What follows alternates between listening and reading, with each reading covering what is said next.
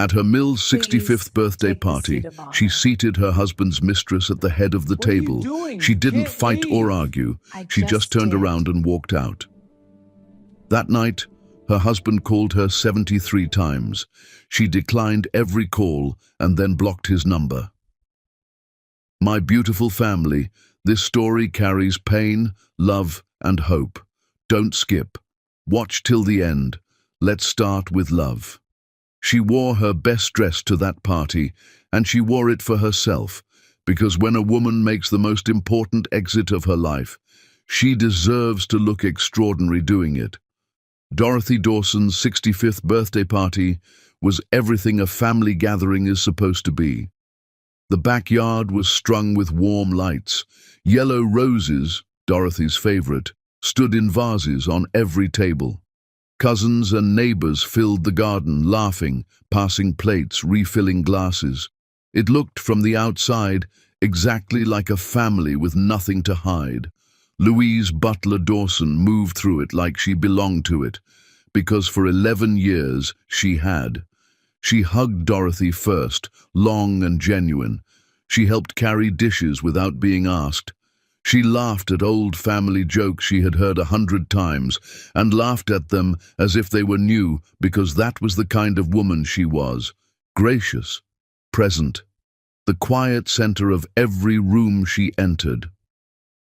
Liam watched her from across the yard with that expression she had spent years misreading. His jaw was slightly tight. His smile arrived half a second too late. His eyes moved toward the back gate twice before he stopped himself. Julia Johnson arrived at 7:20. She was introduced, as she had been for months, as a colleague. She wore a cream blouse and carried a gift bag for Dorothy, and kissed cheeks and made conversation with the ease of someone who had been practicing being comfortable in this yard for a long time. Nobody questioned it. Nobody ever does, until they have to. Louise watched her cross the garden. She felt no rage. She had moved through rage 4 months ago, alone in a parked car on a Tuesday night, and she had come out the other side of it somewhere cleaner, colder, and completely decided. What she carried into this party was not pain. It was a plan. When Dorothy called everyone to the table, Louise moved with quiet purpose. She stepped alongside Julia, touched her lightly on the arm, the most natural guidance, and walked her to the chair at the very head of the table, the seat of honor, the seat beside Dorothy herself. She spoke clearly enough for the nearest guests to hear every word. "You should sit here, Julia. You've been part of this family longer than most people in this room have realized." The garden went still, not the theatrical silence of a staged moment. Something slower and more devastating, the silence of people looking at their plates, because they already understood, on some instinct they couldn't yet name, exactly what they had just witnessed. Dorothy turned toward her son. Liam's face drained of everything, his mouth opened. Nothing came out. Louise picked up her glass from the table. She turned toward Dorothy, only Dorothy, and raised it in the smallest, most private toast. A goodbye that lived between the two of them alone.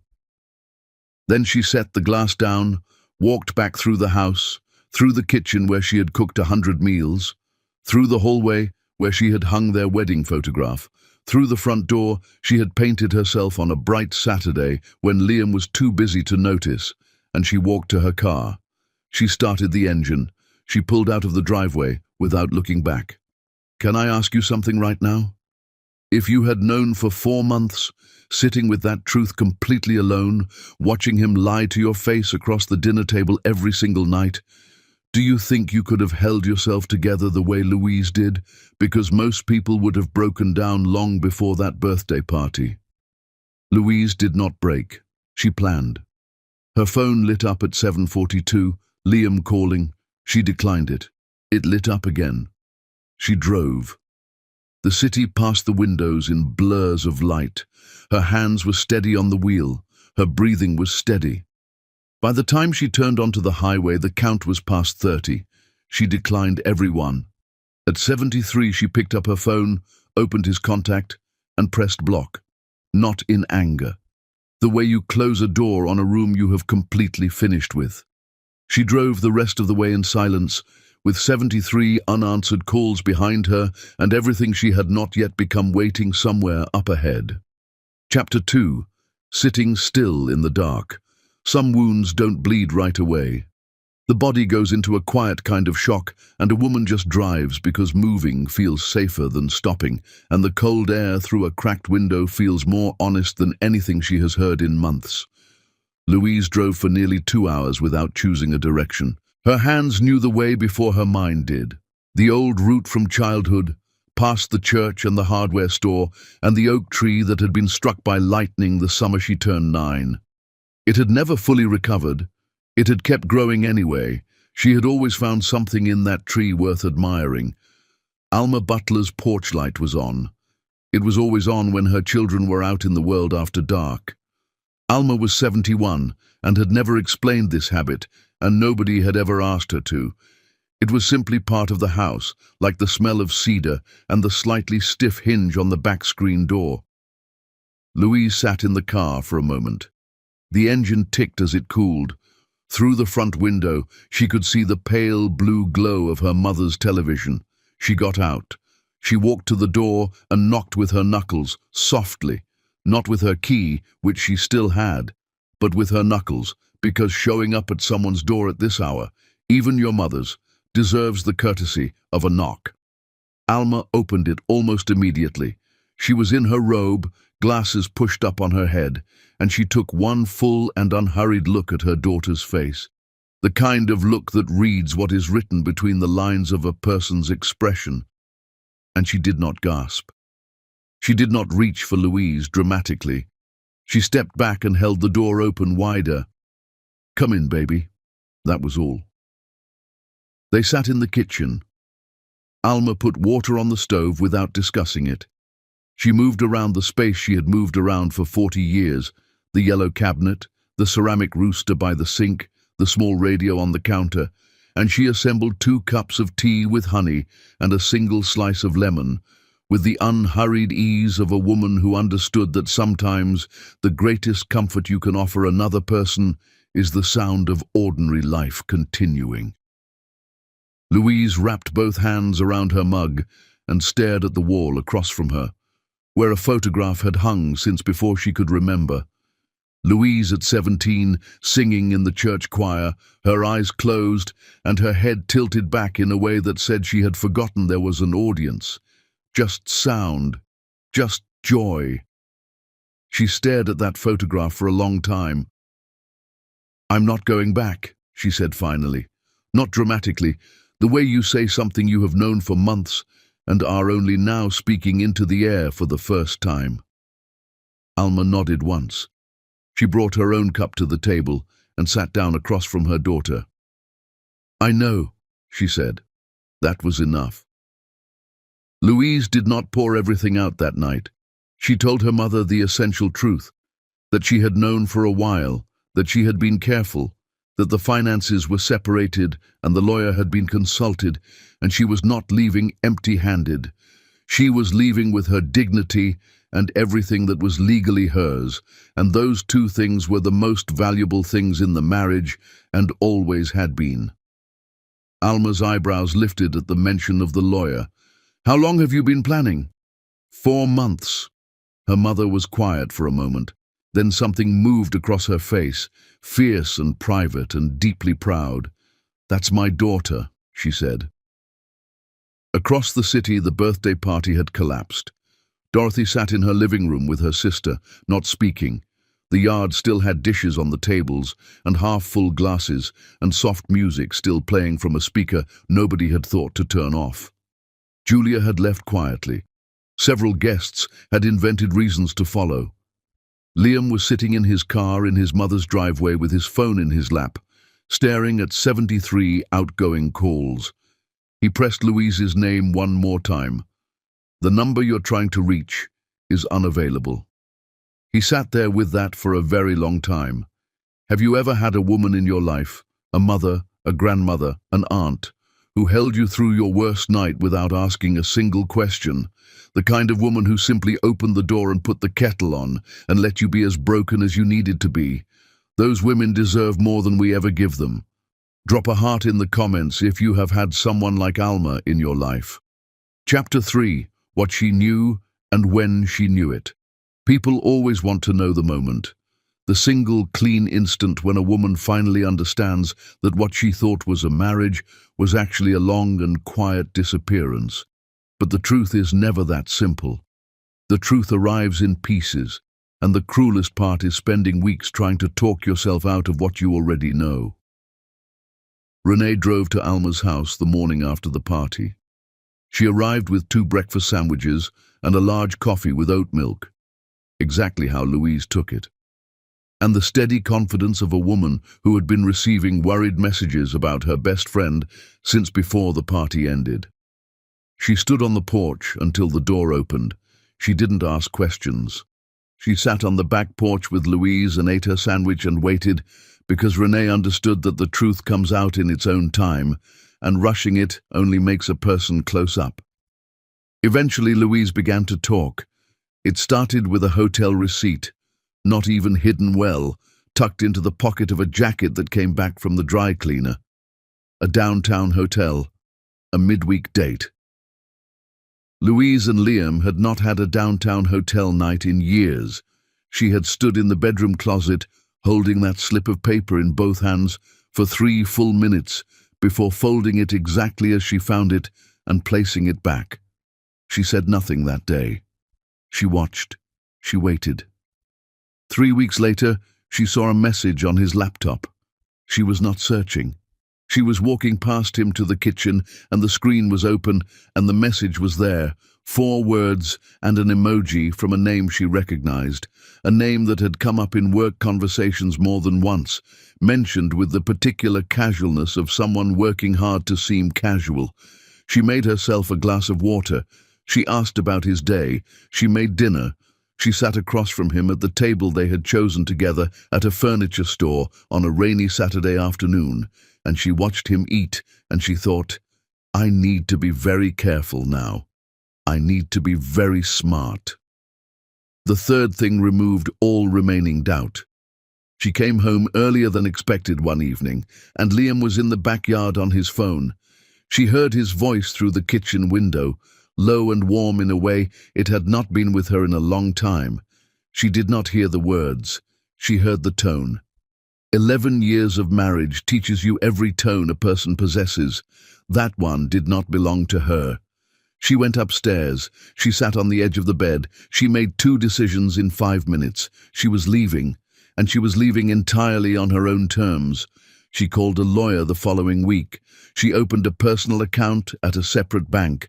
She quietly, methodically, and entirely within her legal rights began separating their finances in ways that were invisible to Liam, because Liam had always left the household finances to Louise, and that trust, so misplaced in every other way, had become the quiet foundation of her exit. Renee listened to all of it without interrupting.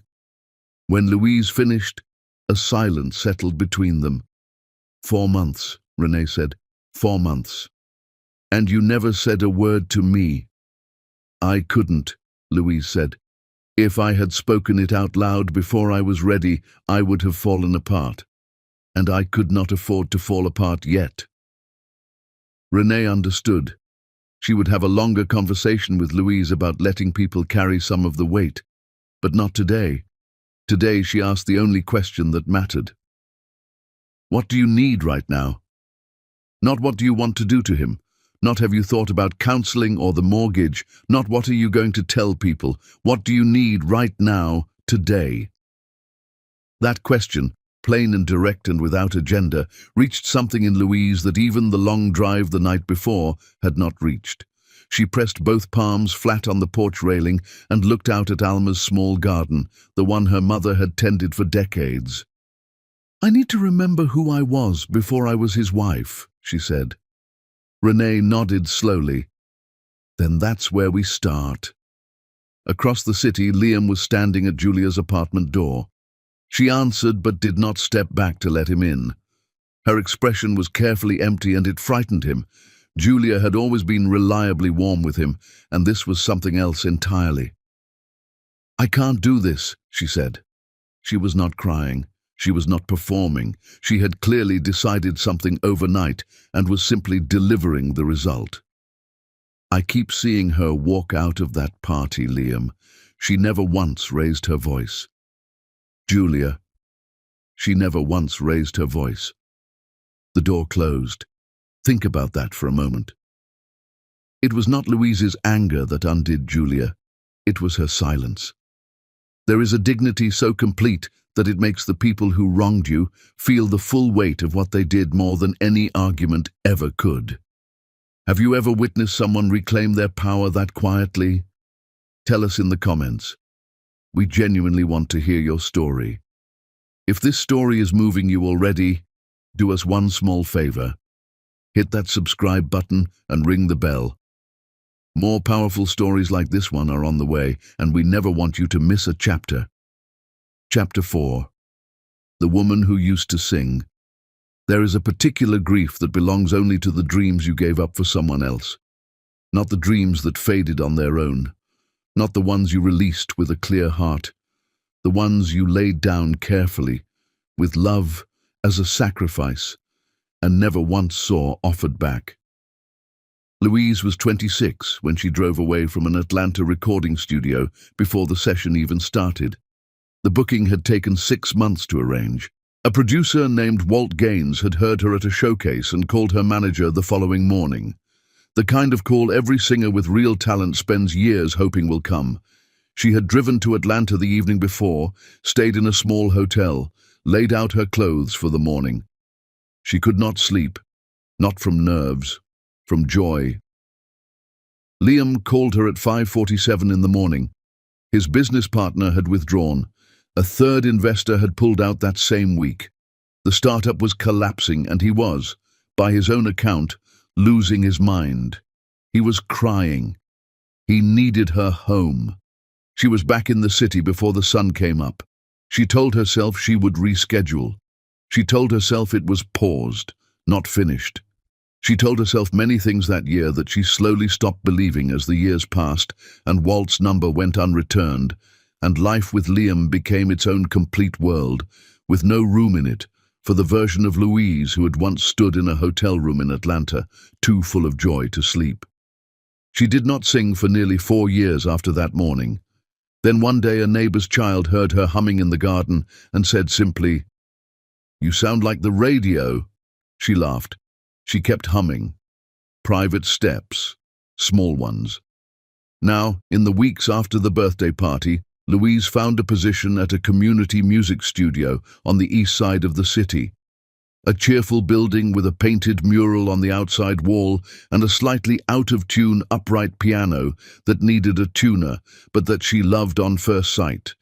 She had come in to help coordinate the youth program. She had not applied to teach. Within the first week, the studio's lead instructor pulled her aside. "I heard you working with the Reyes twins yesterday," he said. "You're not an administrator, Louise. Stop pretending to be one." She started teaching voice on a Thursday. That was also the Thursday she met B. B was 7 years old, small for her age, with large, watchful eyes that assessed everything from a careful distance before deciding whether to trust it. She came to the after-school program 3 days a week while her mother worked. She did not speak much to the other children, but when music started, she moved toward it the way a plant turns toward light, not thinking about it, just turning. Louise noticed her within the first session.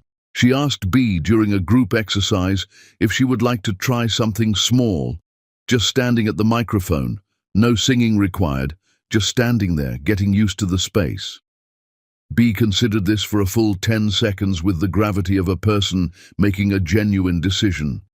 Then she walked to the microphone and stood before it with a stillness and a presence that made 2 adult staff members look up from their work. Then she sang 3 notes, unrehearsed, perfectly placed. Louise kept her expression level. Inside, something turned over in her chest like a key, finding a lock it was made for. She began working with B on Tuesday afternoons. They did not call it lessons, they called it their time.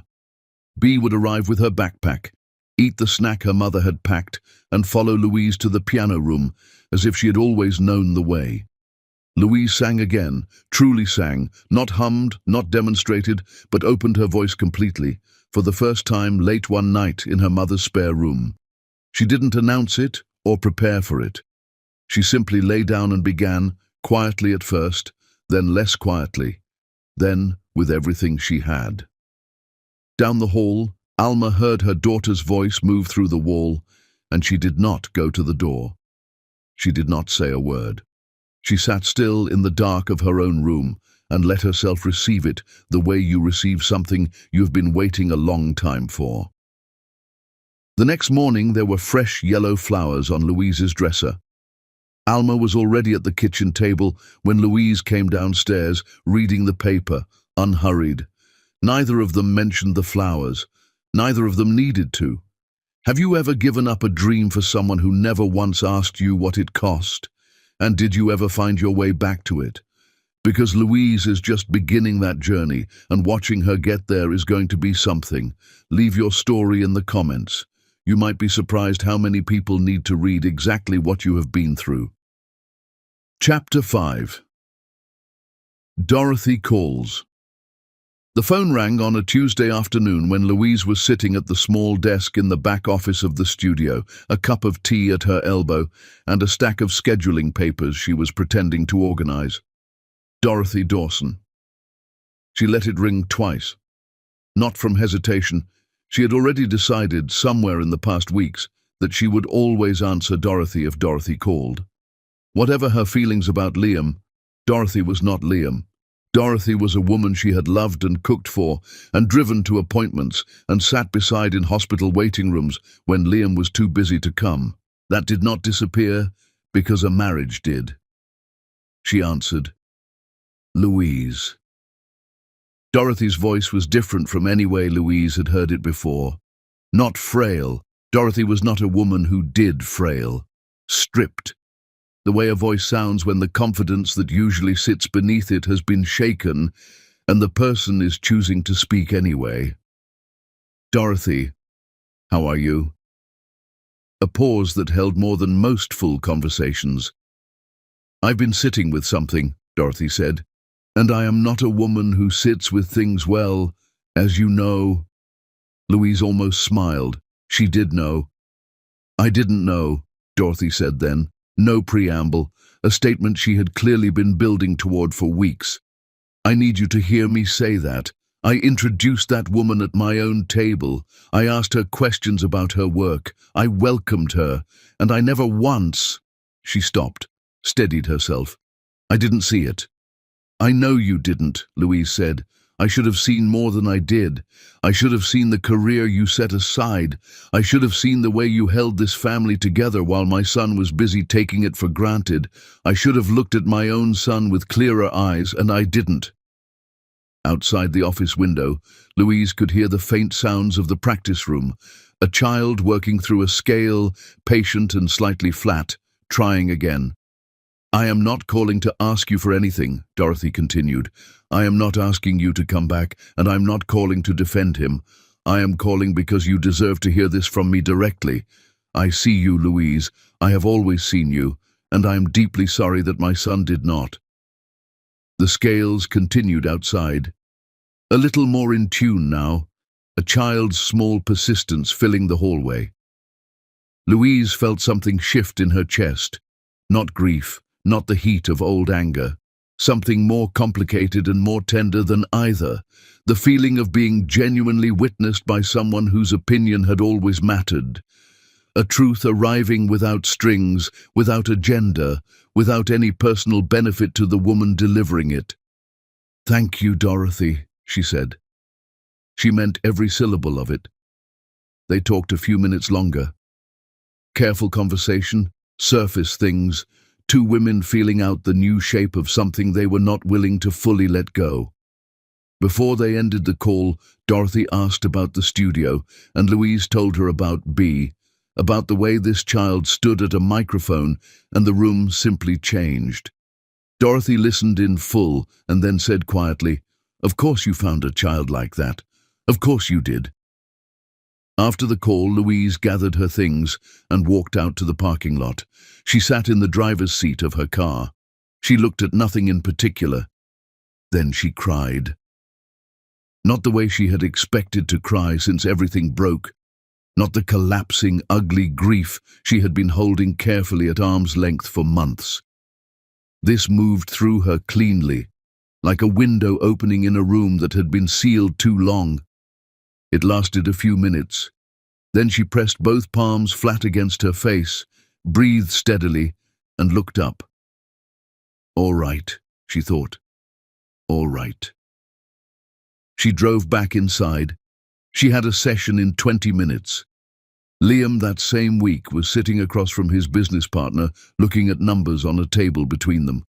The partner was a careful man who did not do confrontation, but had an absolute gift for spreadsheets, and the numbers said everything he would not say out loud.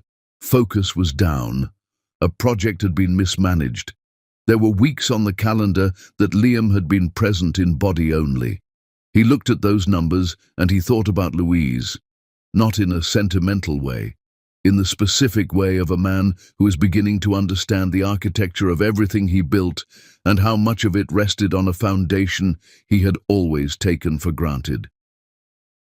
She had managed their household finances with total precision. She had absorbed every crisis year without complaint. He had told himself for a long time that he was self-made. Sitting in that office, looking at what happened to his work the moment she left, he began to understand the size of that particular lie. He told his partner he would do better. He meant it in a way that went far beyond the spreadsheets. Have you ever received a phone call you were not expecting that gave you something you did not know you needed? Sometimes the people who love us most are the ones brave enough to simply say, without wanting anything in return, "I see you." Dorothy did that for Louise, and it was everything. Tell us in the comments. Has anyone ever called you out of the blue simply to acknowledge what you have been carrying? We want to hear it. Chapter 6. Atlanta Calling Back. He heard her before he saw her. Walt Gaines was 63 years old and had been in the music industry for nearly 40 of those years, and he had developed a particular response to certain voices that was less about emotion and more about recognition, the way a specialist recognizes something rare in a field where the ordinary is everywhere. He was standing in the studio's small courtyard, waiting for the director to finish a meeting, when the sound came through the building and found him. Inside, Louise was running the youth choir through a difficult passage, demonstrating the interval herself. Her voice moved through the phrase cleanly and opened at the top of it in a way that made 3 of the children visibly react before they caught themselves and tried to look unbothered. Walt stood in the courtyard doorway and did not move for 4 minutes. When the session ended and Louise came through with a folder of sheet music under her arm, she found a man she did not recognize sitting on the bench by the door with the expression of someone doing careful arithmetic. He introduced himself. The name did not register immediately. Then it did. She looked at him steadily. Walt Gaines. "You know my work," he said. "You know mine." Apparently. He asked without particular ceremony whether she would consider doing some session work. A label project, original songs by emerging writers who needed a strong vocal for demos. Not a contract, not a launch. Just her voice, a few studio days, and fair pay for her time. She told him she would think about it. She thought about it for 4 days, and the hesitation was completely real. Not false modesty, not strategy. It was the genuine caution of a woman who had once placed everything she was onto a dream and then driven away from it before sunrise and spent years grieving that loss while telling herself and everyone around her that she was perfectly fine. Going back toward it felt like pressing on a bruise she had spent a decade being careful around. Renee had no patience for the hesitation. You have spent 3 weeks coaching other people's voices.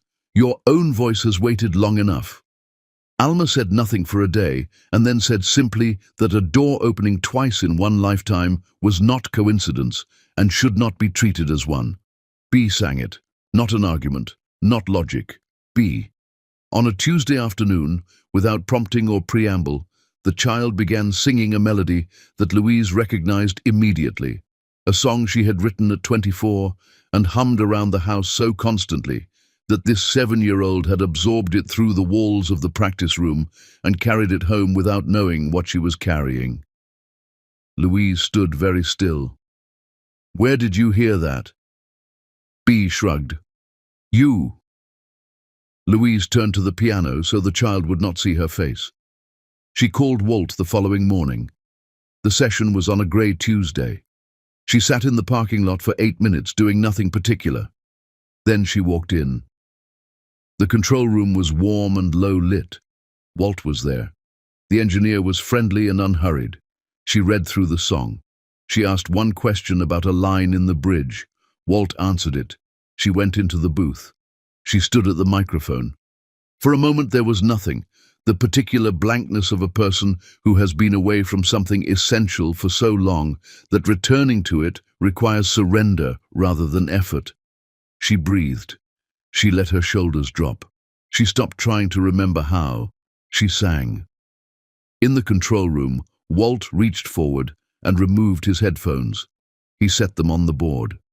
His engineer had worked with him for 11 years and had seen him do this exactly twice before. He simply listened, without barrier, without interface, with everything he had. The divorce papers arrived that same week. Liam had signed every page. The settlement was what Louise and her lawyer had outlined, clean and fair, without theatre. She had not asked for the house. She had wanted nothing of his except her legal share and her freedom. She signed the papers at her mother's kitchen table, with Alma sitting across from her reading the paper, as if nothing remarkable was happening, which Louise appreciated more than she could possibly say. She signed them and felt something she had not expected.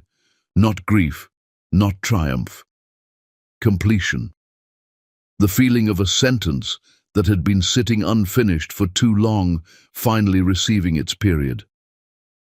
Now let me ask you something. Do you believe a voice can carry everything a person has lived through? Because what Walt heard in that booth was not just talent, it was 11 years of a woman's life being reclaimed one note at a time. Have you ever heard someone sing and felt like they were telling you the whole truth about themselves without saying a single word? Tell us about it in the comments.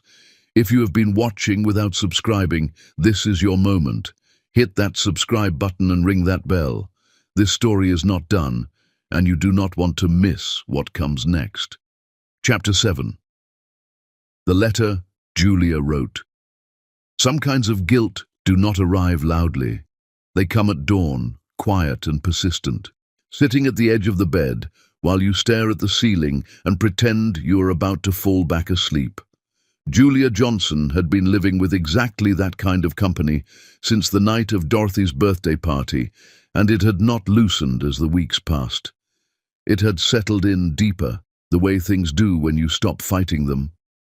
She had ended things with Liam the morning after the party. Not from anger. She had woken at 4 in the morning with the image of Louise walking through that front door, and she had understood something about herself she had been successfully avoiding for more than a year. She got up. She made coffee. She sat with the truth of herself until it stopped feeling negotiable. Then she called Liam. She had known he was married. She had built an architecture of reasoning around that fact, that the marriage was hollow, that two people staying together from routine rather than love was not really a marriage, that what existed between her and Liam was more honest than what existed in that house. She had lived inside that reasoning with reasonable comfort. Then Louise stood at the head of a birthday table and said 8 words, and the architecture came apart. Julia was a thoughtful person. That was, in some ways, what made carrying this the hardest. She was not someone who moved through life carelessly. She had made a deliberate choice and spent a long time choosing not to look at it directly, and now she was looking, and it was exactly as uncomfortable as looking directly at anything you have been avoiding tends to be. She wrote the letter over 3 evenings. She was not writing to ask for forgiveness. She understood clearly that forgiveness was not hers to request, that it belonged entirely to Louise, to give or withhold on her own timeline and her own terms, and that anything Julia needed in the way of peace was her own private work to do, not Louise's burden to carry. She wrote because there was one thing she needed Louise to know, that what she had done in that garden had landed, that her dignity had not gone unwitnessed, that the way she had conducted herself had registered in a way that Julia had not been able to stop thinking about. She wrote about watching Louise move through the party and understanding, watching her, what a woman looks like when she has made a complete and sovereign decision about her own life. She wrote about how that silence had followed her home and been the first thing she thought of every morning since. She did not explain herself. She offered no context meant to soften how the letter would be received. Just the truth, plainly stated, with nothing asked in return. She mailed it on a Thursday morning. Louise received it 3 days later. She stood at the front door with the envelope in her hand, read the return address, and carried it to the kitchen table. She sat down. She opened it. She read it once, all the way through, without rushing. She sat with it for a moment. Then she folded it carefully along its original creases, walked to the kitchen trash can, and dropped it in. She did not feel triumph. She did not feel magnanimous. She felt the clean and complete absence of interest that you feel toward something that is simply no longer your concern. Julia Johnson's guilt was Julia Johnson's to manage. What Louise carried these days was lighter and more valuable than anything that letter contained. She went back to her tea. The weeks surrounding this were full in the way that genuinely good things are full, not crowded, but textured and warm. B was developing in ways that made the other studio teachers invent reasons to stand near the practice room door during their time together. Dottie, B's mother, had become a natural part of the after-school rhythm. A warm and funny woman who arrived at pickup with the easy confidence of someone who has decided to like you and sees no reason to be subtle about it.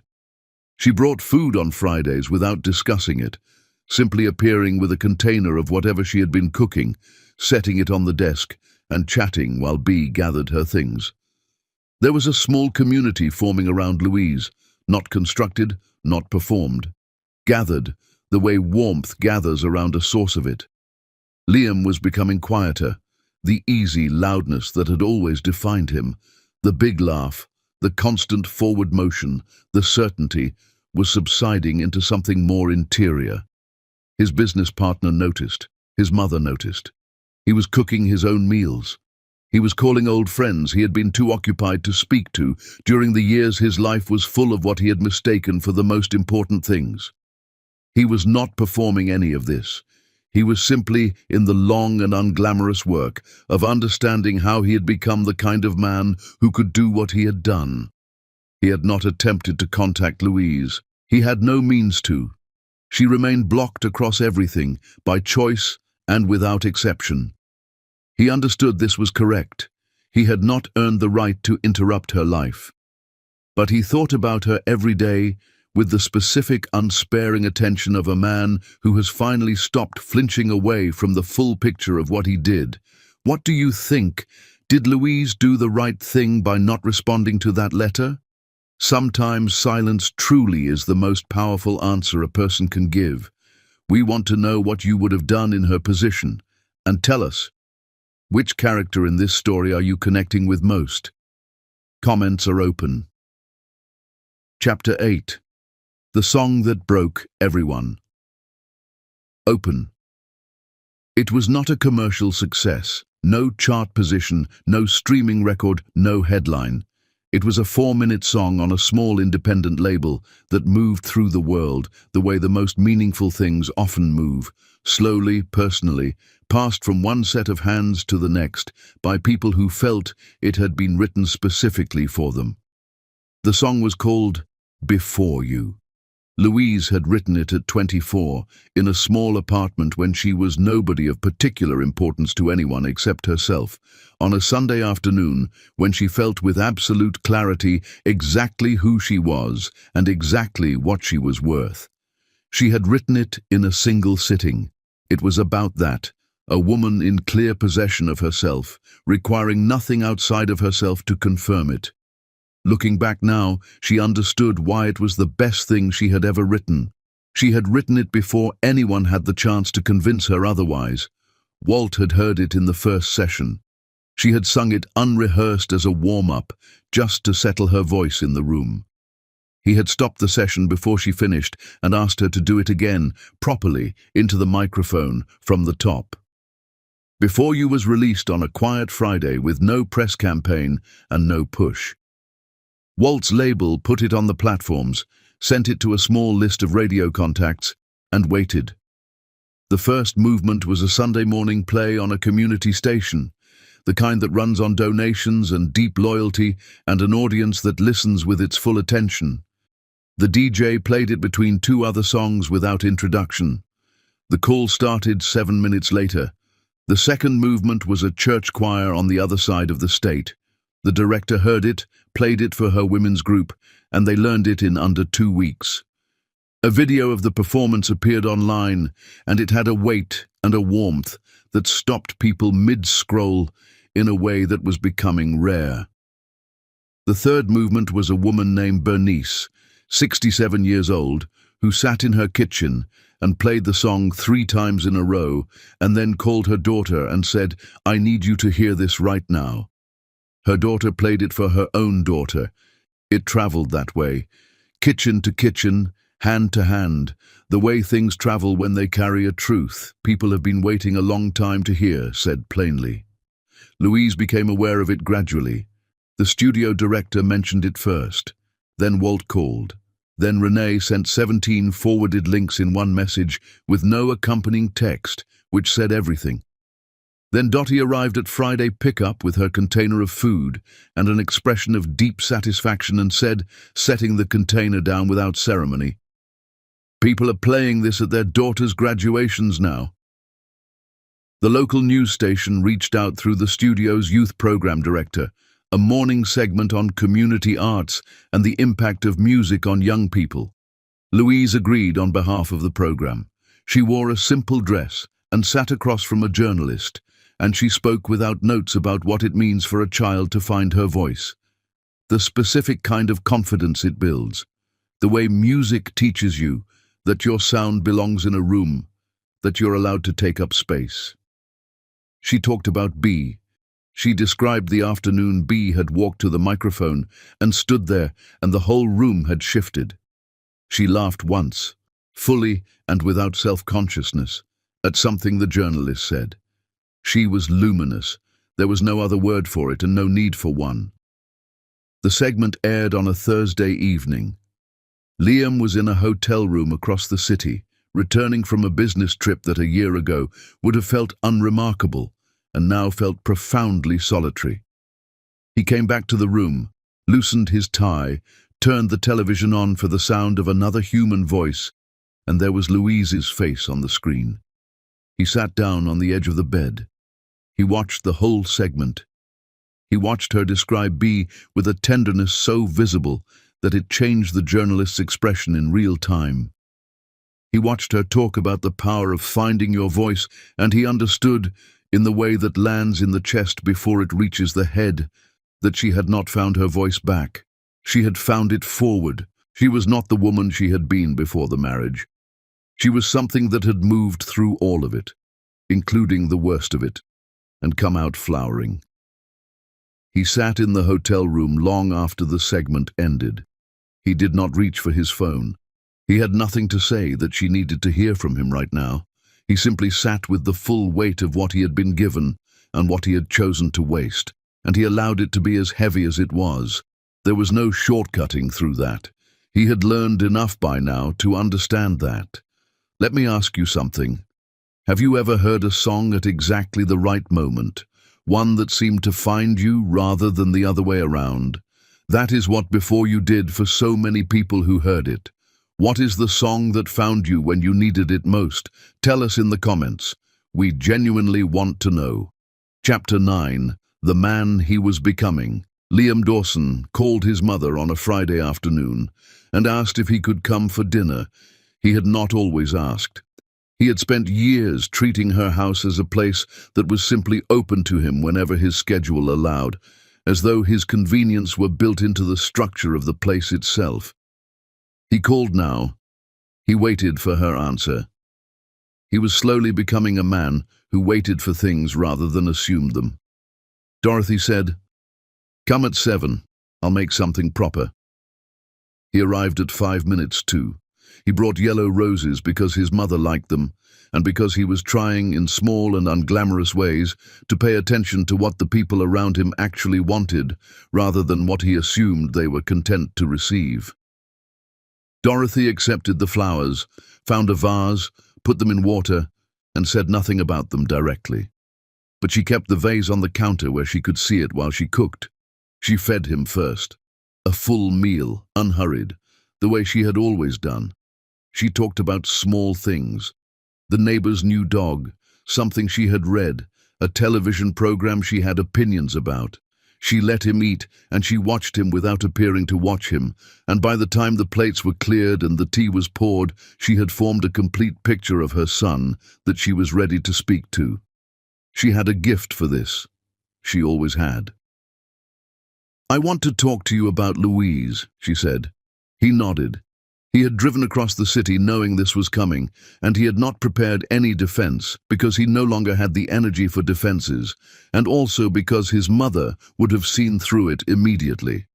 Dorothy talked about years, specific things she had watched, the dinner parties where Louise had prepared everything and Liam had arrived late and accepted the compliments with the ease of a man who believed he deserved them. The holidays where Louise had driven Dorothy to appointments and sat beside her in waiting rooms and never once mentioned it because it was simply something to be done. The year Dorothy had been briefly unwell, and Louise had appeared the following morning with food and the particular quiet competence of a woman who does not need to be thanked to show up for people she loves. She talked about Atlanta.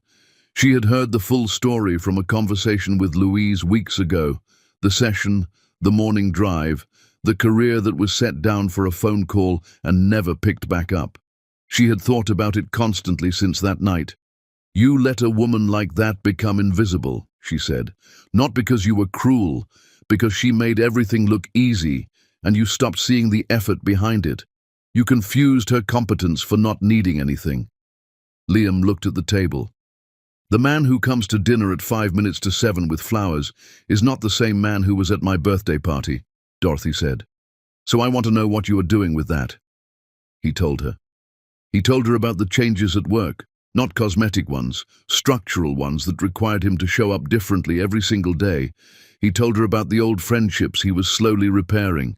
He told her he had been seeing a therapist, which he had told no one else, said plainly and without apology, in the voice of a man who has stopped spending his energy on managing other people's perceptions of him. Dorothy was quiet for a moment. "That took courage," she said. "It took running out of other options. Sometimes those are the same thing." He stayed until nearly 10. When he left, Dorothy held him at the door longer than usual, her hand on the back of his head, the way she had held him when he was a boy and the world had been difficult, and he let her, and he was grateful for it in a way he would not have been capable of a year ago. He had heard fragments about Louise through the ordinary channels of a city where lives overlap. The studio, the song, the news segment. He had not pursued any of it. It had simply arrived at the edges of his life the way things do. He had let it arrive without using it as permission to reach out, because reaching out was not something he had earned yet, and he knew it. One afternoon he drove past the studio. He told himself partial truths about why he was in that neighborhood, and then told himself the whole truth, which was that he needed to see the place where she had built something new. He drove past slowly. The mural on the exterior wall was bright and full of movement. Through the front window, a practice room was lit and occupied. He kept driving. 2 weeks later, he parked across the street in the late afternoon. He sat in the car. Through the window, he could see Louise working with a group of children, moving through the room, adjusting a posture here, demonstrating a phrase there, laughing at something one of the smallest ones said. She was wholly in the room, radiant in the specific way of a person doing the exact work they were built for. He watched for 11 minutes. A woman like that. He had had a woman like that, and he had treated her life as a corridor off the main hallway of his own. He started the engine and drove home and sat at his kitchen table for a long time. Then he looked up the address of the studio on his phone and saved it in his contacts. He did not call. He did not send anything. He simply marked it. The way you note on a map a place you are not yet ready to approach, but are not willing to stop moving toward. On a Thursday afternoon 3 weeks after that, he drove there again. He parked. He got out of the car. He crossed the street. He stood at the studio door with his hand on the handle, and through the glass panel he could see the afternoon session in progress. The children, the warm light, Louise at the far end of the room, completely at home in herself. He did not know if this was the right thing or the wrong thing or the brave thing. He did not know what he deserved or whether the man he was becoming was yet visible from the outside. He did not know what she still carried or what she would do when she turned and found him standing there. His hand was on the handle. So here is your question, and this one matters. Should he open that door? You have been with Louise through 9 chapters now. You know exactly who she has become. What do you think she is going to do when she turns around and sees him? The comments are open, and we are reading every single one. And if you have come this far without subscribing, what are you waiting for? Hit that subscribe button right now. Chapter 10 is everything. If you have been here from the beginning, thank you. This story was built for people exactly like you. Subscribe and ring that bell, because Chapter 10 is coming, and it will stay with you long after it ends. Chapter 10. 5 minutes. He opened the door. The afternoon session was in its final 10 minutes when Liam Dawson stepped into the lobby of the studio. He did not move past the entrance. He stood just inside the door, coat on, hands at his sides, visible through the glass panel of the practice room, waiting with the stillness of a man who has given up expecting anything to come easily and has decided to wait for what is real. Louise saw him immediately. She was mid-phrase, guiding the children through the closing exercise of the session, and her eyes moved to the door and found him there, and then moved back to the children without a visible pause. Nothing shifted in her face that the children would have noticed. One of the older girls glanced at the door with brief curiosity, looked back at Louise, took the cue from her teacher's complete composure, and returned to the music. Louise finished the session entirely. Every phrase completed. Every child acknowledged by name. She led them through the brief closing ritual they used every Thursday.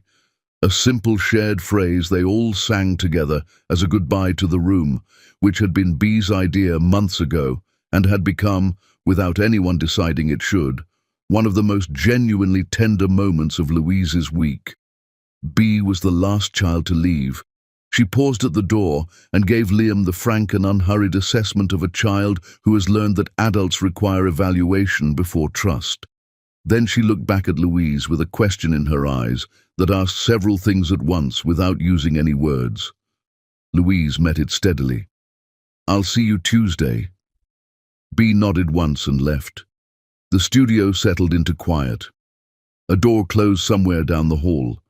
Soft music played from somewhere in the building, distant and unhurried. Louise turned toward the window for a moment, one breath's worth of a moment, and then she turned to face him. He looked like a man who had been through something. not destroyed, reduced in the way that sometimes, if a person is willing to stay in it, produces something more solid than what was there before. He was thinner. The easy certainty that had always been the first thing you noticed about Liam Dawson was gone, replaced by something quieter and considerably more honest. 5 minutes, he said. That's all I'm asking. She looked at him for a long and completely unhurried moment. Close the door, she said. He stepped fully inside. The door closed behind him. He did not move toward her. He stood with the piano between them, and he did not perform anything. No carefully prepared opening, no constructed speech. He looked at her, and he spoke the way a person speaks who has spent months getting down through every layer of self-justification to the plain truth of something, and has finally, at some cost, arrived there. He named Atlanta. He said it clearly, the name of the studio, the name of the session, the morning she had driven home before the sun came up because he called her crying. He said, "You drove back before dawn, and I never once asked you what it cost you. Not that day, not in 11 years. I needed to believe you were happy because looking at the truth would have required me to be a different man than I was, and I was not willing to be that man. So I looked away. I looked away for years." Louise was still. "I am not here to ask you to come back," he said. "I know what I would be asking you to come back to, and I know that saying I am different is exactly what a man in my position would say regardless of whether it was true. I cannot prove it to you, and I am not going to try. I am here because you deserve to hear this from me. Not from my mother, not from anyone else. From me. What you were to this marriage, what you gave, what I wasted. You deserve to hear me say that I see it. All of it. Without excuses." The room held his words for a moment.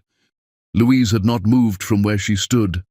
She had listened to every word the way she listened to music, not preparing her response, but genuinely receiving what was in front of her. Her expression was not soft and it was not closed.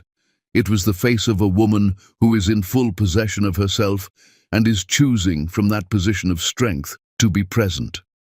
She spoke. "I forgave you months ago," she said.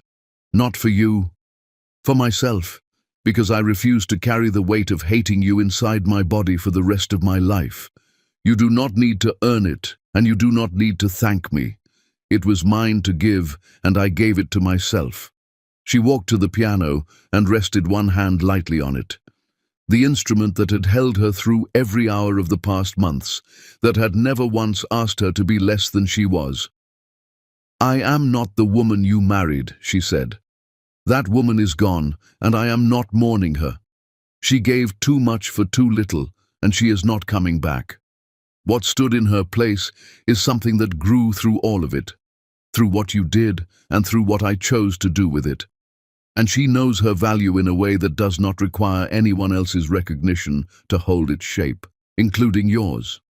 He absorbed that. He did not flinch from it or reach for an answer to it. He simply stood in it. "I know," he said. "Then I'm going to ask you one thing," Louise said, "and I need the honest answer, not the one you practiced, not the one you think might work." She looked at him directly. "Who are you right now, Liam? Not who you are becoming. Not who you are trying to be. Today, right now, who are you?" He held her gaze. He did not reach for anything polished. The silence lasted several seconds. Genuine silence. A man actually searching himself rather than his prepared material. "I am a man who hurt someone extraordinary," he said at last, "and who is only now becoming capable of fully knowing what that means. I don't have more than that today. I'm still in the middle of it." Louise looked at him. Something moved through her expression. Not sentimentality, not the slow thaw of someone being won over. Something quieter and more specific than that. Recognition. The face of a woman who can hear the difference between honesty and performance because she has lived long enough inside both to know which one sounds like what. She did not say yes. She did not say no. She said, "Come back when you are further out of the middle of it. Come through the front door." She said it simply, without performance, the way you give someone a direction that is real. Come back. Further along, front door. He nodded once. He picked up his coat. He walked to the door, and before he reached it, she spoke once more, without turning from the piano. I heard you're doing better at work. He stopped. He did not know how she knew that. A moment of quiet in which he understood that the city is small, and people who care about someone tend to know things. Getting there, he said. Good, she said. He opened the door and stepped out into the late afternoon. The mural on the wall caught the last of the low sun, painted children with instruments, every color alive with movement. He stood on the sidewalk for one moment, breathed. The city moved around him without interest, continuous and indifferent, exactly as it had always been. He walked to his car. He sat in it without starting the engine and did not reach for his phone and did not try to make sense of what had just happened with any kind of language. He simply sat with it. The full and the studio window, the warm light fell out onto the sidewalk in a long, slow rectangle, and the sound of the piano followed it into the city. And somewhere a woman was playing a 4-minute song in her kitchen, and the flowers on Louise's dresser were just beginning to open, and a little girl was somewhere right now learning that her voice was a room she could always come home to. And Louise Butler was exactly who she had always been, and at last completely everything she had always been on her way to becoming. This has been The Woman Who Walked Out. Thank you for staying with Louise through every chapter of this story. She showed us something rare, a woman who refused to let what was done to her define what she became. If this story moved you, share it today with someone who needs to see it. And if you have been here this whole time without subscribing, this is your moment. Hit that subscribe button. Ring that bell. There are more stories coming that were made for people exactly like you, and we will see you in the next one. The end.